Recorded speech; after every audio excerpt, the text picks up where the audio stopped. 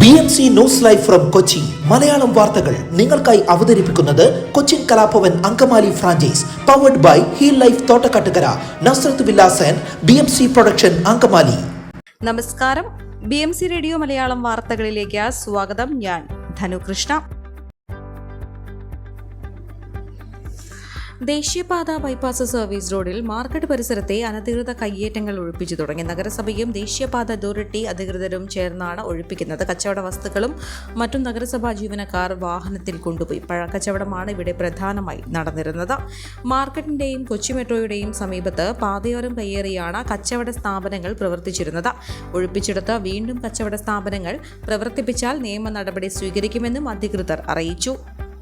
കലൂർ ജവഹർലാൽ നെഹ്റു അന്താരാഷ്ട്ര സ്റ്റേഡിയത്തിലെ ഈസ്റ്റ് ഗാലറിക്ക് സമീപത്തെ ഐഡലി കഫേയിൽ സ്റ്റീമർ പൊട്ടിത്തെറിച്ച് തൊഴിലാളി മരിച്ചതിന്റെ പശ്ചാത്തലത്തിൽ പരിശോധന ശക്തമാക്കി കോർപ്പറേഷൻ. നഗരത്തിലെ എല്ലാ സ്ഥാപനങ്ങളുടെയും സുരക്ഷ ഉറപ്പാക്കാനാണ് മേയർ അഡ്വക്കേറ്റ് M. അനിൽകുമാറിന്റെ നിർദ്ദേശം. നഗരത്തിൽ ലൈസൻസ് ഇല്ലാതെയും ഫയർ NOC ഇല്ലാതെയും നിരവധി കെട്ടിടങ്ങൾ പ്രവർത്തിക്കുന്നുണ്ടെന്നും പല കെട്ടിടങ്ങൾ അനുമതിയില്ലാതെ നിർമ്മിച്ചിട്ടുണ്ടെന്നുമുള്ള കൗൺസിലർമാരുടെ പരാതിയുടെ അടിസ്ഥാനത്തിലാണ് നടപടി. കോർപ്പറേഷന്റെ എല്ലാ കെട്ടിടങ്ങളിലും ഈ മാസം പരിശോധന നടത്തും. ആരോഗ്യ, റവന്യൂ, എഞ്ചിനീയറിംഗ് വിഭാഗങ്ങളുടെ സംയുക്ത പരിശോധന വേണം. പരിശോധനയിൽ ന്യൂനതകൾ കണ്ടെത്തിയാൽ നോട്ടീസ് നൽകും. നിശ്ചിത സമയത്തിനുള്ളിൽ അനുബന്ധ രേഖകൾ ഹാജരാക്കിയില്ലെങ്കിൽ ഈ സ്ഥാപനങ്ങൾ പൂട്ടാനും കൗൺസിൽ തീരുമാനിച്ചു. നഗരത്തിലെ കെട്ടിടങ്ങൾ സോണൽ, ഡിവിഷൻ എന്നിങ്ങനെ തരംതിരിച്ച് പട്ടിക തയ്യാറാക്കി വേണം പരിശോധന നടത്താനെന്നും മേയർ നിർദ്ദേശിച്ചു.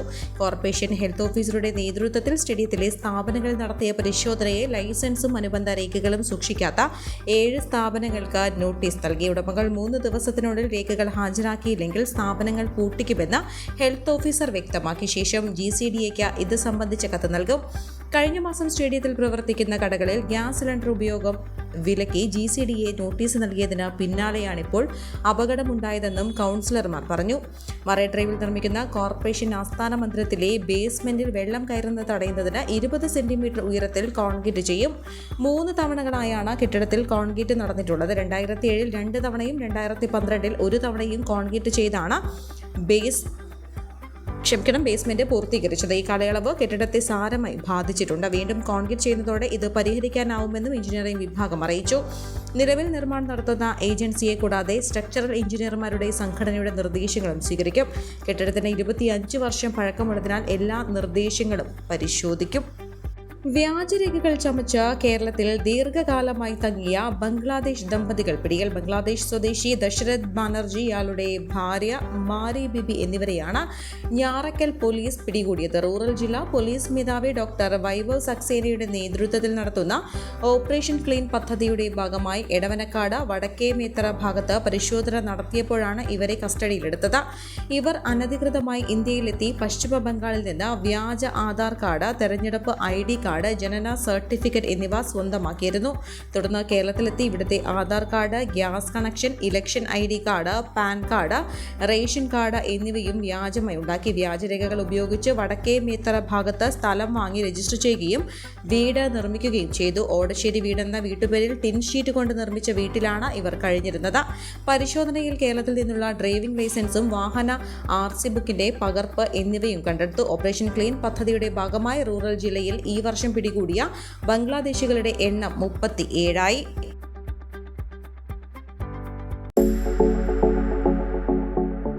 കോവിഡാനന്തര കാലഘട്ടത്തിൽ ജീവനശൈലി രോഗങ്ങളുള്ളവർക്ക് സന്തുലിതമായ ആരോഗ്യ പരിപാലനത്തിന് ആലുവയ്ക്കടുത്ത് തോട്ടക്കാട്ടുകര ജംഗ്ഷനിൽ ഹീൽ ലൈഫ് തുറന്ന പ്രവർത്തനം ആരംഭിച്ചിരിക്കുന്നു.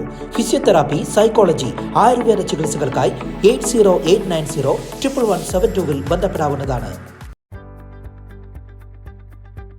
മോഷണക്കേസിൽ പിടികൂടിയ പ്രതികൾ സ്റ്റേഷനിലെ ലോക്കപ്പും മേശയുടെ ഗ്ലാസും തല്ലി തകർത്തു. കരിമുകൾ സ്വദേശികളായ അജിത്ത് ഗണേശൻ, അഖിൽ ഗണേശൻ, ആദിത്യൻ എന്നിവരാണ് പ്രതികൾ. അജിത്തും അഖിലും സഹോദരങ്ങളാണ്. സ്വകാര്യ വ്യക്തിയുടെ അടഞ്ഞുകിടക്കുന്ന ഫ്ളാറ്റിൽ മോഷണം നടത്തുന്നതിനിടെ വ്യാഴാഴ്ച പുലർച്ചെ 1-ന് നാട്ടുകാരുടെ സഹായത്തോടെയാണ് ഇവരെ അമ്പലമേട് പോലീസ് പിടികൂടിയത്. സ്റ്റേഷനിൽ വന്നപ്പോൾ മുതൽ ഇവർ അക്രമാസക്തരായിരുന്നുവെന്നും പോലീസ് പറഞ്ഞു. ലോക്കപ്പിനുള്ളിലെ വെള്ളത്തിന്റെ പൈപ്പുകളും ഗ്രില്ലുകളും ഉൾപ്പെടെ പ്രതികൾ തകർത്തു. മേശയുടെ മുകളിലുണ്ടായിരുന്ന ഗ്ലാസും കമ്പ്യൂട്ടറും തകർത്തു. 30,000-ലേറെ രൂപയുടെ നാശനഷ്ടം സംഭവിച്ചതായും SP PV ബേബി പറഞ്ഞു. ലോക്കപ്പിൽ കിടന്ന് വനിതാ പോലീസുകാരോട് ഉൾപ്പെടെ മോശമായി പെരുമാറുകയും ബക്കറ്റിലെ വെള്ളമെടുത്ത് പോലീസുകാരുടെ ശരീരത്തിലേക്ക് ഒഴിക്കുകയും ചെയ്തു. പ്രതികളെ 3 മണിയോടെ മെഡിക്കൽ എടുക്കുന്നതിന് കൊണ്ടുപോകാനായി സ്റ്റേഷനിൽ നിന്ന് വാഹനത്തിലേക്ക് കയറ്റാൻ ശ്രമിച്ചതിനിടെ ഇവർ പോലീസിനെ ആക്രമിച്ചു. ഇതിനിടെ പ്രതികളുടെ ബന്ധുക്കൾ വാഹനം തടയാൻ ശ്രമിച്ചതും സംഘർഷത്തിനിടയാക്കി. തുടർന്ന് തൃക്കാക്കര SP PV ബേബിയുടെ നേതൃത്വത്തിൽ കൂടുതൽ പോലീസ് എത്തിയാണ് പ്രതികളെ കൊണ്ടുപോയത്. മോഷണത്തിനും സ്റ്റേഷനിലെ സാമഗ്രികൾ നശിപ്പിച്ചതിനും പോലീസുകാരെ ആക്രമിച്ചതിനും പ്രതികൾക്കെതിരെയും പ്രതികൾ കയറ്റിക്കൊണ്ടുപോകാൻ ശ്രമിച്ച വാഹനം തടഞ്ഞ ബന്ധുക്കൾക്കെതിരെയും കേസെടുത്തിട്ടുണ്ടെന്നും SPV പറഞ്ഞു. പിടിയിലായ അഖിൽ 18 കേസിൽ പ്രതിയാണ്. 1 വർഷം മുൻപാണ് കാപ്പ കേസിൽ ശിക്ഷ കഴിഞ്ഞ് പുറത്തിറങ്ങിയത്. അജിത്ത് 14 കേസുകളിലും പ്രതിയാണ്.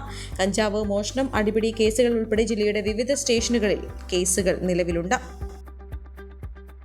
നിലവാരമില്ലാത്ത യന്ത്രം നൽകി തൊഴിൽ സംരംഭകനെ കബളിപ്പിച്ച ഉപകരണ നിർമ്മാതാവ് നഷ്ടപരിഹാരവും കോടതി ചെലവും യന്ത്രത്തിന്റെ വിലയും ഉൾപ്പെടെ 1.68 ലക്ഷം രൂപ നഷ്ടപരിഹാരം നൽകണമെന്ന് ജില്ലാ ഉപഭോക്തൃ തർക്ക പരിഹാര കോടതി.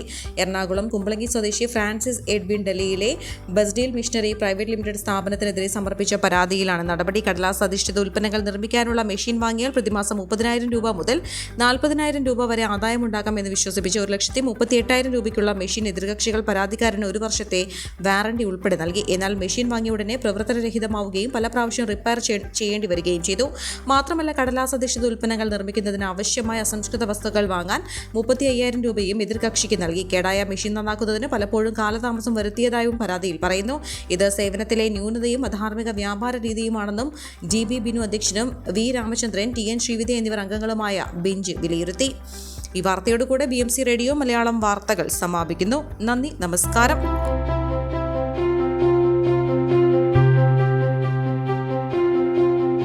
അങ്കമാലി പ്രദേശത്തെ കലാവിദ്യാർത്ഥികൾക്ക് സുവർണ അവസരം.